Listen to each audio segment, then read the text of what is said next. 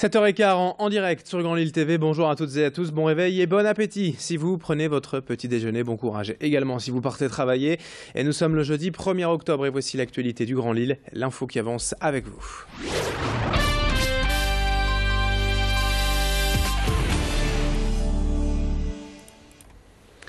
Et pour démarrer cette édition matinale, tout d'abord une image, la réponse du président de l'association On Cause Animal Nord à cette intense polémique depuis quelques jours sur Internet après la publication d'une vidéo montrant un homme et une femme arracher un chiot à un SDF en pleine rue à Paris.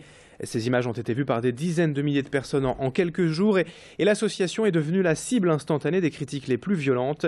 Beaucoup d'internautes ont condamné Anthony Blanchard, le président de l'association, pour avoir ainsi retiré sans ménagement le compagnon de vie de ce sans-abri roumain. De son côté, le militant assure que le chiot en question était drogué et au cœur d'un trafic entre la Roumanie et la France. Anthony Blanchard sera bientôt convoqué par la police à Paris car le SDF a porté plainte. Il reconnaît tout de même que le procédé était plutôt agressif mais assume totalement, ne regrette rien et considère d'ailleurs que c'est la solution pour dénoncer aujourd'hui la maltraitance animale. Idil Gunay l'a rencontré hier à l'issue d'un point presse à Lille. Oui, je comprends. Effectivement, j'aurais vu cette vidéo également. J'aurais été choqué car cette vidéo, effectivement, montre une scène de violence. Laisse supposer une scène de violence, je reprends, parce qu'il y a eu un montage, ça a été coupé, on a juste montré ce qu'on voulait montrer. Et comme je vous répète, à aucun moment il y a eu violence de notre côté, on a juste libéré un chien que la personne détenait, essayait d'étouffer, d'écraser contre lui en tout cas. Je ne regrette pas, l'animal pour nous était en danger, donc il fallait intervenir.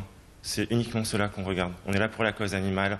Derrière ça, on est là pour la cause animale, mais on aide aussi les humains. Et on intervient au niveau aussi des SDF dans la rue. Et on est fréquemment dans la rue pour les aider avec leurs animaux. Sachez que le chiot en question est donc aujourd'hui entre les mains de l'association et des analyses sont en cours pour déterminer si l'animal a bien été drogué. Autre sujet dans l'actualité du jour, la politique et les élections régionales en décembre. À 2 mois du scrutin, la gauche semble plus que jamais morcelée avec un PS en difficulté et incapable de rassembler. Les mouvements citoyens appelant d'ailleurs au front rouge, vert, Parti de gauche et Europe Écologie Les Verts commencent à se faire entendre. Illustration avec le passage de Jean-Luc Mélenchon mardi soir à Lille devant les étudiants de Sciences Po. Une salle comble pour entendre le député européen, leader charismatique de l'extrême gauche et certaines personnalités de la gauche radicale dans la région, notamment Sandrine Rousseau pour Europe Écologie Les Verts était présente. Preuve de ce sentiment anti-PS qui s'installe dans la région.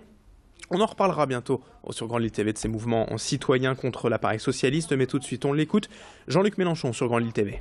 Je tiens l'union de l'opposition de gauche, donc je souhaite que tous ceux qui aujourd'hui sont dans l'opposition de gauche, c'est-à-dire le Front de gauche dans son entier, les communistes, le Parti de gauche ensemble, Europe Écologie Les Verts et d'autres bien sûr comme Nouvelle Donne qui sont les nouveaux arrivants, ou la nouvelle gauche socialiste se rassemblent tous pour avoir une seule liste. Après, comment ils doivent le faire, c'est eux qui le savent. Moi je ne peux pas depuis l'extérieur leur donner des consignes. Je considère que nous avons de la chance ici d'avoir à notre disposition quelqu'un comme Sandrine Rousseau qui a pris sur elle le risque de rompre avec les socialistes, d'entraîner ses camarades dans une alliance avec le Front de gauche, ce qui n'est pas le plus facile pour elle. Et je pense que quand des gens font ce genre de démarche, il faut les encourager, leur montrer que nous sommes accueillants.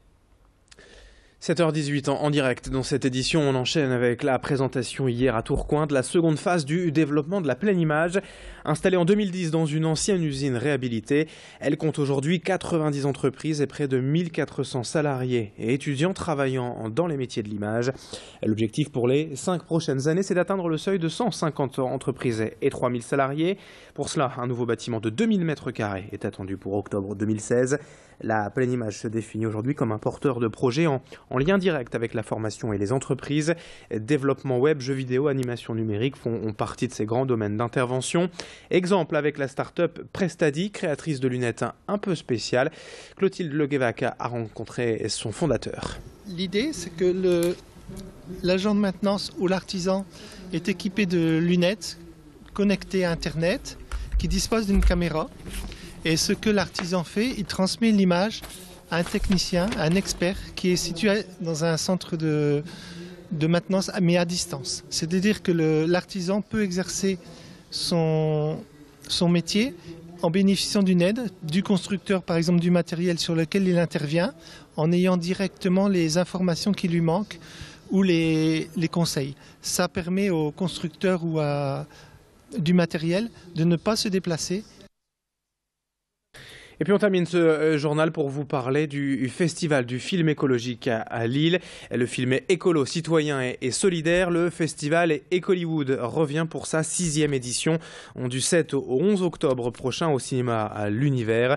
Une sélection de 15 films accessibles aux grands comme aux tout petits, évoquant les enjeux environnementaux, citoyens et solidaires de notre temps, avec la présence des réalisateurs, d'intervenants et de partenaires, des débats, des conférences, une programmation en jeune public dès 3 ans pour ce festival du film écolo, citoyen, solidaire. La soirée d'ouverture, c'est mercredi prochain, le 7 octobre, et c'est au cinéma l'Univers. La chargée de projet et presse était hier sur ce plateau avec Xavier Silly pour nous en parler. Malheureusement, on considère que on n'a pas attendu la COP 21 pour que le réchauffement climatique se mette en place. Donc ça fait 6 ans aussi qu'on parle de ces thématiques. Après, effectivement, on constate en ce moment qu'il y a une certaine prise de conscience, en tout cas dans les médias, et effectivement pour nous c'est intéressant, puisque si les personnes s'intéressent à ça, ça veut dire que voilà, il y aura certainement des débats qui seront intéressants à la suite des films. Et à 7h21 ce matin, voici la fin de ce journal. Dans un instant, en la suite avec les prévisions météo et l'infotrafic en temps réel. Retour de l'actualité du journal à 7h30. A tout de suite.